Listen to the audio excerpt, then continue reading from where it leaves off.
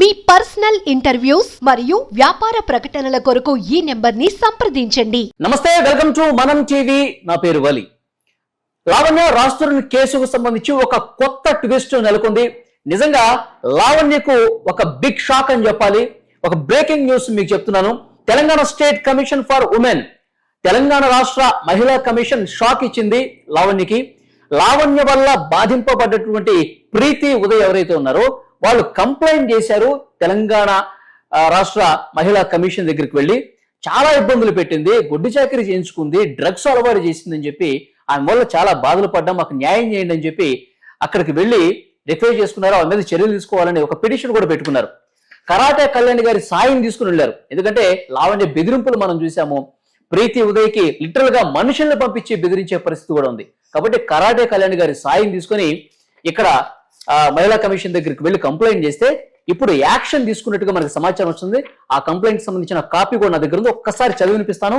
స్టూడియోలో కరాటే కళ్యాణ్ గారు కూడా ఉన్నారు, వారితో మాట్లాడదాం. ఒకసారి చదివి వినిపిస్తాను, చూడండి. It is to inform that miss Marathi Preeti Chaudhary, Hyderabad, has filed a petition before Telangana State Commission for Women, Hyderabad, against to Miss Mannepalli Lavanya for criminal acts of drugging, intimidation, extortion, breach of trust, and violation of privacy. In this connection, a copy of the petition is forwarded herewith for inquiry, necessary action, and sent to detailed report to the commission in the matter. 2. Evariki the Commissioner of Police, CP Gariki, Telangana రాష్ట్ర మహిళా commission అనేది లావణ్య గారి గురించి enquiry చేయండి, ప్రీతి complaint ఇచ్చింది, so వాస్తవాలన్నీ కూడా ఏమున్నాయో చూసి లావణ్య మీద ఉంటే కనుక యాక్షన్ తీసుకోండి అని చెప్పి ఇది దీనికి సంబంధించిన డీటెయిల్స్. ఒకసారి మనం మాట్లాడదాం కరాటే కళ్యాణ్ గారితో. మేడం నమస్తే. నమస్తే. సో మీరు ఆ రోజు వెంట పెట్టుకుని వెళ్ళారు. ప్రీతి ఉదయ్ లిటరల్ గా మీ దగ్గరకు వచ్చి చాలా బాధలు పడ్డా, మేడం మీరు రండి ప్లీజ్, మాకు కోఆపరేట్ చేయండి, సహకారం అందించండి, అక్కడికి వెళ్ళి కలుద్దాం, మేడంని కలిసి మాట్లాడదాం అంటే, పదండమ్మా ఎప్పుడు నేను నిజం వైపు ఉంటానని చెప్పి ఆ రోజు మీరు వెళ్ళారు. వీళ్ళు మేడంతో కూడా కలిసి మాట్లాడారు. ఇప్పుడు యాక్షన్ స్టార్ట్ అయింది. ఏం చెప్తారు? యాక్చువల్గా వాళ్ళు చాలా భయపడ్డారు ప్రీతి ఉదయ్, ఎందుకంటే ఆమె మళ్ళీ ఏ విధమైన రివెంజ్ తీర్చుకుంటుందో, ఎలా చేస్తుందో, ఆమెకి అందరూ అధికారులు అండదండ ఉంది అని భయపడుతున్నారు. అంటే అందరి మీద కేసెస్ ఫైల్ అవుతున్నాయి, ఆమె మీద కేసులు ఫైల్ అయినా ఆమె అరెస్ట్ కావట్లేదు. సో ఎన్నో చేస్తుంది, అన్ని ఒక 7-8 ఉన్నాయి ఎఫ్ఐఆర్లు ఇప్పటికి లెక్క పెడితే. అన్ని ఎఫ్ఐఆర్లు ఉన్నా కూడా ఆమెకేమి ఎఫ్ఐఆర్ల సంఖ్య పెరుగుతుంది కానీ చర్యలు లేవు. సో టైం పడుతుంది రండి. అంటే దాని తాలూకా డెన్సిటీని బట్టి, దానిలో ఉన్న లోతుని బట్టి, వాళ్ళు రాసిచ్చేప్పుడు వచ్చే సెక్షన్స్ బట్టి శిక్షలు ఉంటాయి. 2 years లోపల, 4 years లోపల, 7 years పైన ఉంటేనే కదా యాక్చువల్ గా 7 years అండ్ అబోవ్, అప్పుడు మనకి ఇమీడియట్ అరెస్ట్ అవన్నీ ఉంటాయి. సో దాంతో ఇప్పుడు అంతా మారిపోయినాయి, కొంచెం లాలో కూడా చట్టాలు కూడా మారినాయి కాబట్టి కొంచెం మారింది. అన్ని ఇండియన్ పీనల్ కోడ్ సెక్షన్స్ అన్ని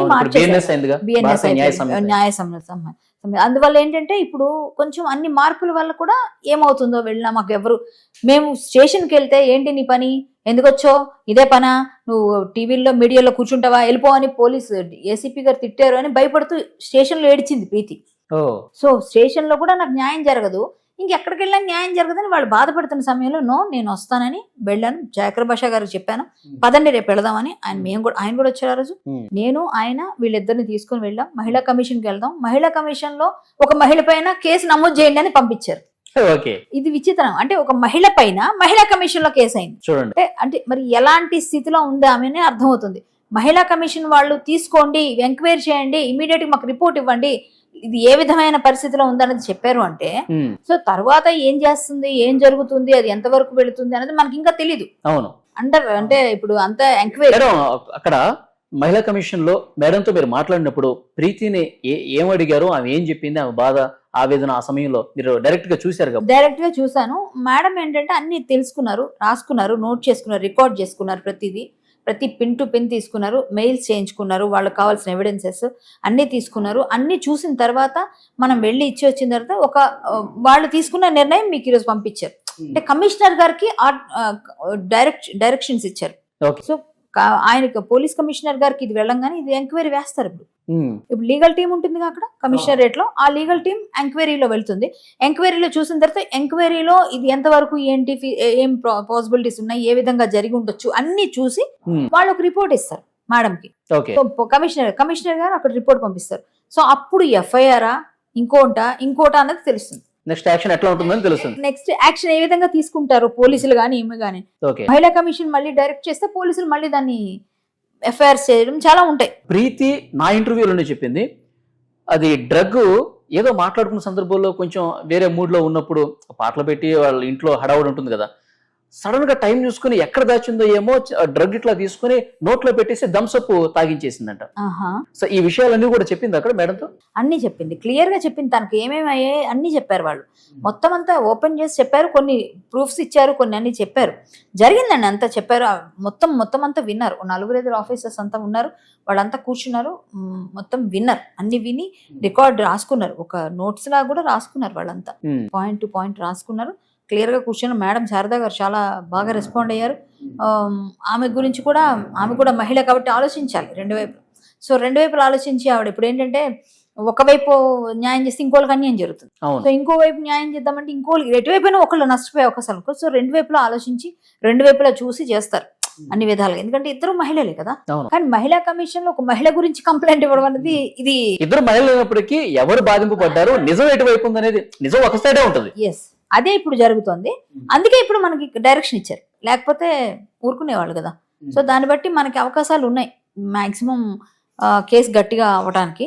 సో లావణ్య అయితే నన్ను ఎవరు ఏమి చేయలేరు అనుకునే విధంగా ఇక ఉండకుండా తన పందా మార్చుకోవాలి, తన పద్ధతులు మార్చుకోవాలి.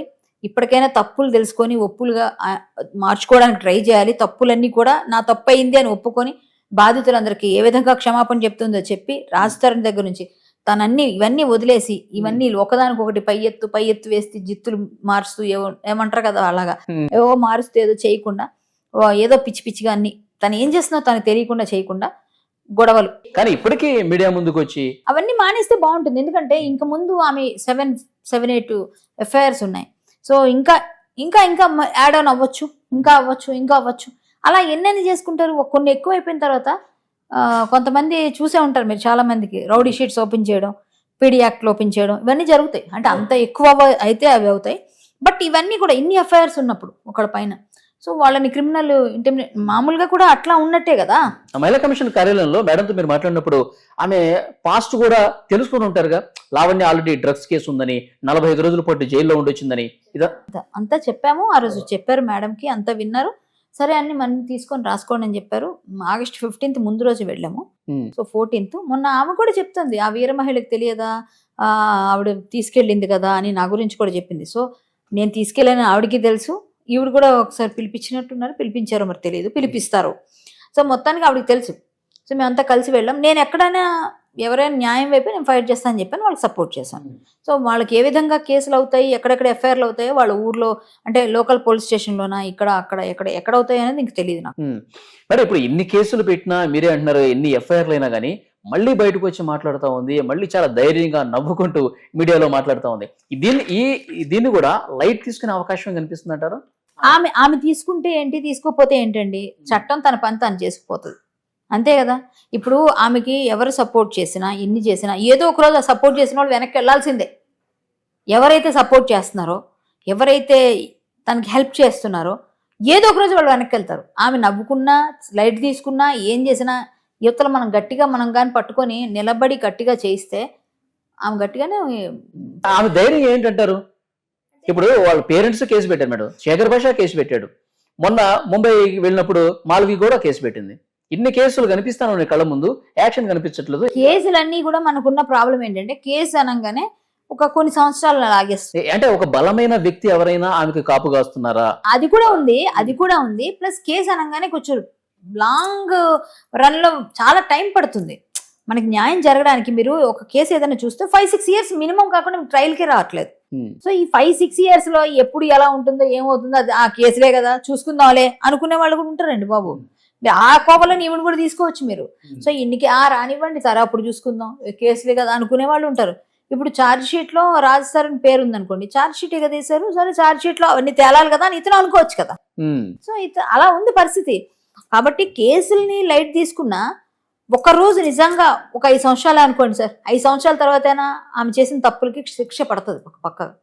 ఇవన్నీ కానీ ఆపకపోతే ఇంకా ఏదో ఒకటి సెటిల్ చేసుకుని వాళ్ళు ఏదైనా ఒక అండర్స్టాండింగ్ రాకుండా ఇట్లా పబ్లిక్ న్యూసెన్స్ చేస్తూ పబ్లిక్లో చాలా యాగి చేస్తే ఇలాగే అందరి మీద బురదలేస్తూ ఎవరు ముందుకు వస్తే వాళ్ళ మీద అది ఇది అని అంటూ ఉంటే ఖచ్చితంగా ఆమెకి శిక్ష అయితే పడుతుంది. మేడం ఇప్పుడు సిపికి కూడా వెళ్ళింది కాబట్టి చాలా సీరియస్ గా ఒకదాని తర్వాత ఒకటి వేగంగా పని జరగాలని చాలా మంది ఇప్పుడు మనకి ఇంటర్వ్యూల్లో కూడా మెసేజ్ చేస్తున్నారు, రిప్లైస్ ఇస్తా ఉన్నారు. అవును, చర్యలు తీసుకోండి, అవును, సేవ్ రాస్తున్నారు. నా వరకు నేను చేశానండి, నా పని నా పార్ట్ నేను చేశాను, నా పని నేను చేశాను, నేనేం ఫైట్ చేస్తాను, న్యాయం కోసం ఫైట్ చేస్తాను, ఈ అమ్మాయిలకైనా న్యాయం చేస్తాను, ఈవెన్ రాస్తారని కూడా న్యాయం ఉంది, అబ్బాయి పక్కగా వచ్చి అబ్బాయి ప్రూఫ్స్ తీసుకొస్తే అబ్బాయి వైపు కూడా నిలబడి అన్ని విధాలుగా చేస్తాం.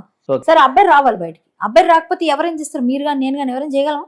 ఎవరైనా చేయలేం. ఇప్పుడు వీళ్ళు వచ్చారండి, వీళ్ళతో వెళ్ళాం, ఆ కేసు వేయించాం, లేకపోతే ఇంకొకటి ఏదో ఒకటి చేయాలన్నా కూడా మనుషులు ఉండాలి కదా. సో మనుషులు వచ్చినప్పుడు మనం ఏదైనా చేయొచ్చు. ఈవెన్ ఎవరికైనా ప్రాబ్లం ఉంటే తప్పేం లేదు, మనం హెల్ప్ చేయడానికి ఎవరికైనా వెళ్తాం. హెల్ప్ అవుతుందంటే నిజంగా వాళ్ళ తప్పు లేదు, వాళ్ళు నిజంగా అమాయకులైతే మళ్ళీ తప్పున్న వాళ్ళ వైపు వెళ్ళి వాళ్ళకి కొమ్ము కాసే సీన్ లేదు. సో మన పని మనం చేసాం, ఇంకా జరిగేది జరగాల్సింది భగవంతుడు నడిపిస్తాడు, న్యాయం నడిపిస్తుంది. కోర్టులేమి మన చుట్టాలు కావు, చట్టం మన చుట్టం కాదు, ఆవిడకేం చుట్టం కాదు, మీకు నాకు చుట్టం కాదు. సో మన పని మనం చేస్తే పక్కగా మంచి జరుగుతుంది. మేడం ప్రీతి మీకు ఏమైనా కాల్ చేశారా? ఎందుకంటే ఒక కాపీ ప్రీతికి కూడా వెళ్ళింది. అవునండి, ఆమె విక్టిమ్ కాబట్టి. అవును, ఏమన్నా మాట్లాడితే చెప్పింది తను, ఇది కేసు అయిందంటే మేడం ఇంటికి వచ్చిందని చెప్పింది. తను అందరికి కాపీ వస్తుంది, అది మామూలుగా వచ్చినప్పుడు తనకు కూడా వెళ్ళింది. సో తనకైతే మాత్రం వెళ్ళింది. నెక్స్ట్ ప్రీతి కూడా నాకు చెప్పింది వచ్చిందని. ఇంకా 2-3 అమ్మాయి పెట్టి నువ్వు ఇంకా మిగిలిన కూడా ఎఫ్ఐఆర్లు వస్తాయి చూస్తే తర్వాత ఆవిడకి అర్థమవుతుంది. కాబట్టి ఇప్పుడు సిపి ఇన్వెస్టిగేషన్ కూడా ఉంటుంది, ఇన్వెస్టిగేషన్ చేయాలి సిపి గారు. మనం కూడా వెళ్ళి ఒకసారి క్లియర్ గా కనుక్కోవాలి. మనం వెళ్లాల్సిందే, మన సబ్మిషన్ కూడా ఉండాలి. మళ్ళీ వాళ్ళు చేస్తారని ఊరుకోవడం కాకుండా మనం వెళ్ళి సబ్మిట్ చేయాలి. సో ఇందులో ఈ పిటిషన్ లో this case is next posted to 9-10 October 9కి ఉంది. మళ్ళీ దీని మీద మళ్ళీ ఒకసారి రివ్యూ చేస్తారు, ఏంటి ఎంతవరకు ఇన్వెస్టిగేషన్ వచ్చిందని అది చూస్తారు. అప్పుడు ఈలోగా అంతా జరుగుతుంది, లీగల్ టీం అంతా పనిచేస్తుంది. చూద్దాం మేడం, ఇన్వెస్టిగేషన్ సీరియస్ గా జరగాలి, నిజం బతకాలి. మీరు దానికోసం పోరాటం చేస్తున్నారు, నిజం బతకాలని కోరుకుందాం. చూద్దాం నెక్స్ట్ ఏం జరగబోతుందో. Thank you very much Kalyan గారు.